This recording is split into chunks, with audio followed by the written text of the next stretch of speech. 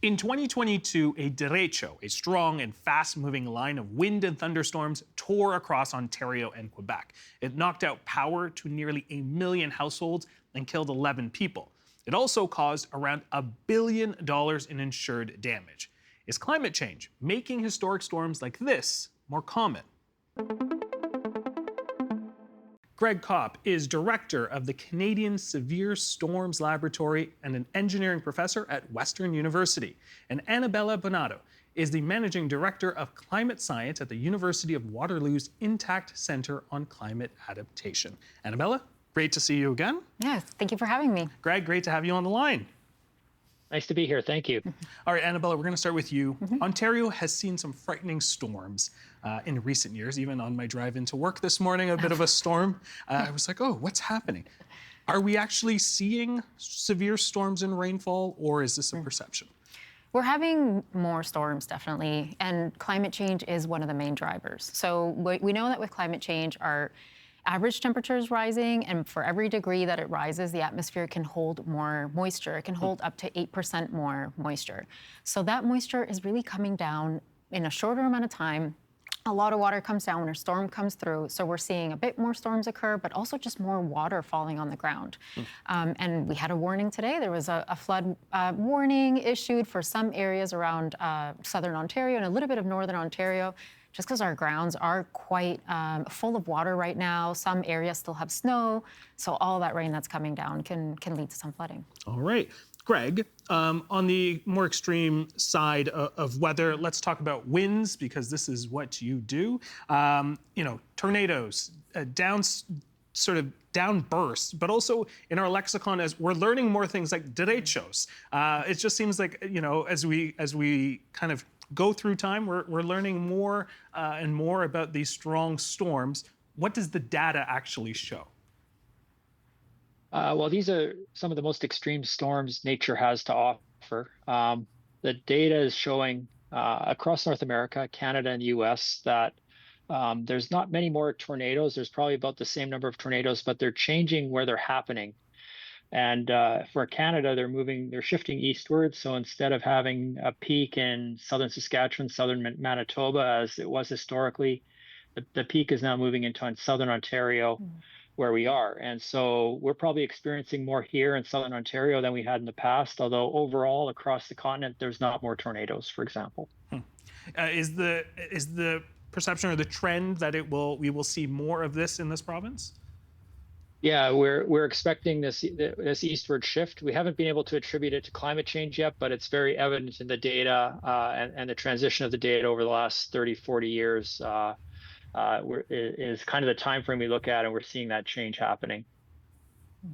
Anabela, the planet continues to warm, as you mentioned. In the last 3 years, we have had the hottest on record. What does that mean for Ontario's severe storms when we look at the long-term forecast?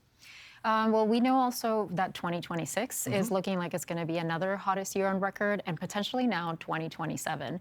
So as we look forward, even just at the short term, we should expect to see variations in how precipitation occurs. So we may have more intense rainfall in some areas, but drought in other areas. That's the tricky thing about water when it comes to climate change. We think it's all going to go up, but we could actually see more drought. So for example, New Brunswick had drought over the last few months. Their winter was quite dry. So we just don't really know how water's going to hit. In the shorter term, I can say Ontario's looking at potentially having a few more intense storms, but a bit more drought, just because of that hot climate that we're expecting to have over the next couple of years. But with water, it's really hard to know where it's going to go in the long term, and if we're going to have more extreme precipitation or not. Likelihood is yes, more events where a lot of water comes down will probably go up, but we just don't know exactly where. So we've already had flood warnings in southern Ontario today, flood warning there. With the real test coming in the summer, a lot of people can remember what, July's of, I think it was 2 years ago, where in the city of Toronto and southwestern Ontario, where we've seen a lot. I am curious about the watersheds in this province. Are there any watersheds that you're concerned about right now that you're looking at, kind of marked on a map for something that we need to be watching? Not particularly like that, but certain cities are always higher risk. Right. So 80% of Canadian cities are built on floodplains. So floodplains are where rivers are meant to grow. And what we love about Canada is we say, let's go for a drive to a small city, and usually that small city will have a river running through it. So we've put ourselves at risk. So that means generally if we're close to a lake, so like Lake Ontario, all those cities in that area, or if you're close to a river, or even where I am from Guelph, we have a river, you are at higher risk of flooding. So we're always looking to those areas. But again, if we're looking at a year where we could potentially experience more warming than normal, I'm a little bit more concerned about the drought issue, so not enough water happening in those areas. What's the concern there when it comes to droughts? Drought can lead to a lot of stuff. Yeah, so it's not great. So of course it can lead to more wildfire risk. Luckily, we are getting quite a bit of rain right now in southern Ontario, but as the months shift, and if we do move into an El Niño, so we've heard that there's a 61% chance that we're gonna shift to El Niño. El Niño tends to bring a bit of drought to the area. So that can increase our chances of wildfire. And we had a wildfire in Kawartha, which is quite close to Toronto, just a couple of hours away last summer. The likelihood of that happening again is increasing. So it's something to look out for and be aware of. Okay, and of course with fires, even if we're in an urban center like Toronto, there is smoke and all of that we have to contend with as well. Absolutely. All right, Greg, as a specialist in the field of extreme windstorms and tornadoes, let's talk a little bit about preparedness here in this province. Are you concerned about the lack of preparedness? What do we have in terms of safeguards? Well, not much. And so it is concerning. One of the peak vulnerabilities in severe storms, in severe windstorms, is the roof. Our roofs are really strong for holding the snow up, but when the wind comes, it wants to lift the roof up, and we need to hold it down, actually. And there's simple things we can do to mitigate that, but we're not doing them yet. And so that's where the vulnerability is for people. And it's a life safety threat. If your roof comes off in a tornado, that can go down and hit your neighbor's house downwind, and you're also your walls are vulnerable to collapse. So that's where the concerns are for real extreme windstorms. Where is the safest place to be in a home when a tornado is hitting? Well, the basement. And fortunately, in Canada and Ontario, most of our homes have basements, and so that's a really safe place to go in a severe windstorm. If you don't have access to a basement, get away from the windows and get to the interior of the house if you can. So for those, of course, we're in the city of Toronto and major cities, lots of towers, lots of condos, apartments. You're talking get into the center of the building. Yeah, get away from the glass, get towards the elevator core. Glass, when it's under pressure, actually can emit small particles as it's stressed, and so there's a danger even if your windows don't break. So get away from the windows. All right, Anabela, let's get back to flooding. When we see flooding in Ontario, we talk about the watershed, is it rivers overflowing? Is it sewer systems backing up? What happens when both are overwhelmed? Yeah, it's a combination, and historically we used to see more river flooding occur. So again, our cities are built around rivers, so we can see that happen quite a bit.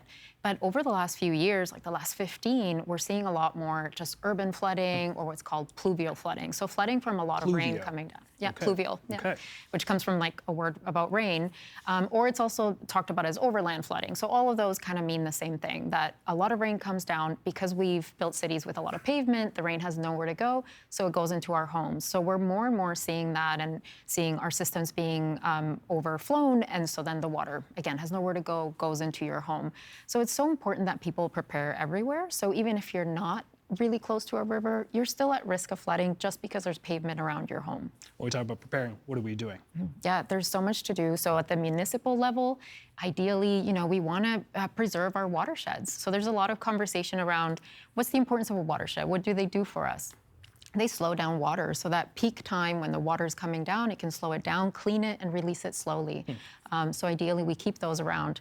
But also, if you already have your home, there's already a lot of pavement around you, you can install a sump pump or check if you have a sump pump. Make sure you have a backup battery. So electricity tends to go out with these extreme storms. You want to make sure that's still working. And for simpler things, cleaning out your eaves troughs, making sure that water can flow freely away from your home by also extending your downspouts. So lots of stuff that can be done. Okay. Greg, In terms of this province, when we talk about tornadoes, the first thing I think about is actually the U.S. and I think about Tornado Alley, where they have the highest incidence of tornadoes. Do we have a sense? You had said that things are shifting here in this province. Do we have a sense of where in Ontario is the most vulnerable? I think a lot of people in Newmarket and Aurora and Uxbridge have strong memories of what happened only a few years ago. Do they need to be concerned, or what direction are these storms heading?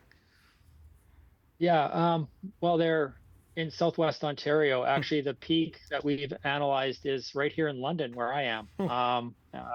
We haven't had a big one in Southwestern Ontario in a number of years, but statistically, that's where the most are.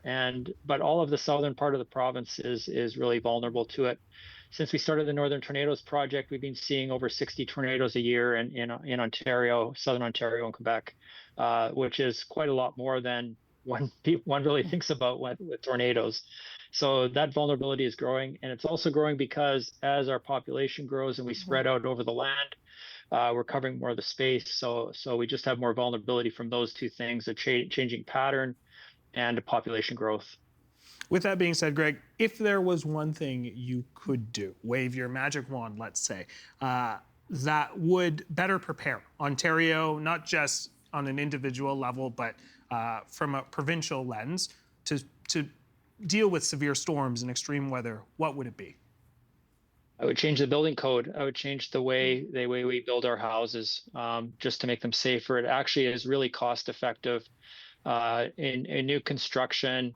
It's a few $100s to $1,000 to make it resilient to tornadoes, and we hold the structure in place with that. And so we think that's a really good investment for Ontario, and so we'd recommend changes to the building code. All right, Anabela, if you had that magic wand, if there was something that you could do to help prepare Ontario for these storms, whether it's in the short term or in the long term, got housing, that's one. What, is there something else? Can I wave it and get two wishes? Sure, for sure. Go for it. The first one would be building away from floodplains. So let's no longer build our infrastructure, homes, and roads in the areas that are meant to flood. With that being said, also let's invest more in our nature-based solutions. So that would be my wish number two. So as I mentioned, wetlands are doing the job for us. They're so much cheaper for us to maintain. It's natural. We love to be around them. We can build walks around them so that people can use them as well. And they absorb about 38% of floodwaters when they go through urban areas, and we have those wetlands available. So those would be my two things that I would ask for. All right. I think that's a great point to leave off on. Greg, Anabela, really appreciate it. Thank you so much. Thanks for having me. Thank you.